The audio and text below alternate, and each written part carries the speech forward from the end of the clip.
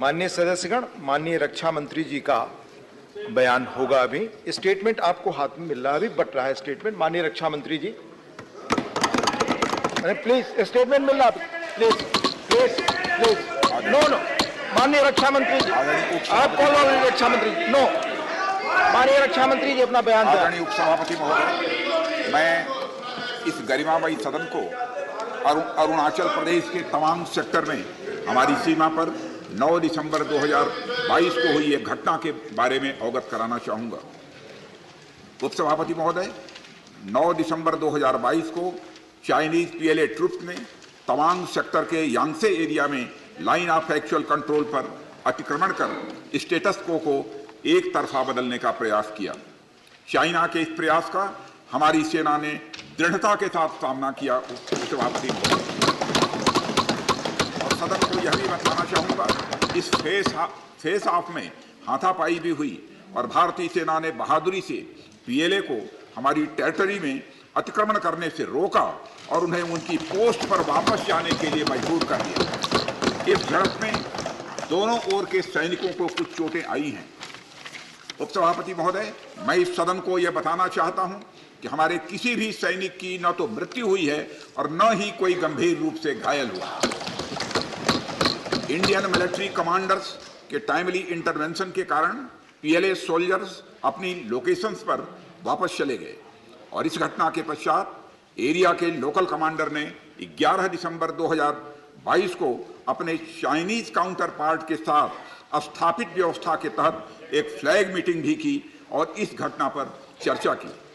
चीनी पक्ष को इस तरह के एक्शंस के लिए मना किया गया और सीमा पर शांति बनाए रखने के लिए उन्हें कहा गया।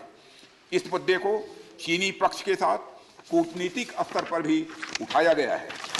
उपसभापति महोदय, मैं इस सदन को आश्वस्त करना चाहता हूं कि हमारी सेनाएं हमारी भौमिक अखंडता को सुरक्षित रखने के लिए पूरी तरह से प्रतिबद्ध हैं और इसके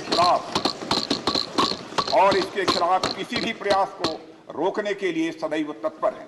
मुझे विश्वास है कि यह सदन हमारी सेनाओं की वीरता और साहस को एक स्वर से समर्थन देगा और अध्यक्ष महोदय, मैं आश्वस्त हूं यह संसद बिना किसी संशय के भारत की सेना की क्षमता, शौर्य, पराक्रम और प्रतिबद्धता का भी अभिनंदन करेगी।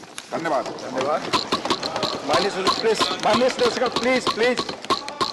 माननीय रक्षा मंत्री के अरुणाचल प्रदेश के तवांग सेक्टर में 9 दिसंबर 2022 को जो घटना घटी उसके बारे में एक विस्तृत वक्तव्य सदन के समक्ष रखा है।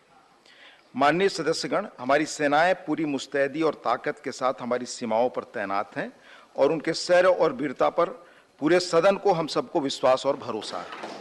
देश की सीमाओं की सुरक्षा और संप्रभुता के लिए सर्वोच्च बलिदान देने में भी हमारे सैनिक सदैव तत्पर हैं और रहेंगे। माननीय सदस्य, यह एक संवेदनशील विषय है। जैसा माननीय रक्षा मंत्री जी ने बताया, सरकार उत्पन्न हुई स्थिति को पूरी गंभीरता के साथ ले रही है और सभी आवश्यक कदम उठा रही है। मुझे विश्वास है कि इस संवेदनशील मुद्दे पर पूरा सदन एक है और एक मत से हम यह संदेश इस सदन से देना चाहेंगे कि देश की सुरक्षा की चुनौतियों का सामना करने में सभी दल और पूरा देश एक साथ है। माननीय सदस्यगण, मैं आपको बताना चाहूंगा इस सदन के अतीत के कुछ उदाहरण। सेशन नंबर 210 में 6/3/2007 को Naxal attack on Shri Shishul Kumar Mahato MP Lok Sabha, इस विषय पर। फिर सेशन नंबर 212 26/11/2007 को सीरियल बम ब्लास्ट यूपी। फिर सेशन नंबर 215 13/3/2009 को फॉलोअप मुंबई टेररिस्ट एक्ट। फिर 215 सेशन में 18/2/2009 को सिचुएशन इन श्रीलंका। इन संवेदनशील विषयों को देखते हुए क्वेरी पूछने के बहस करने की आगे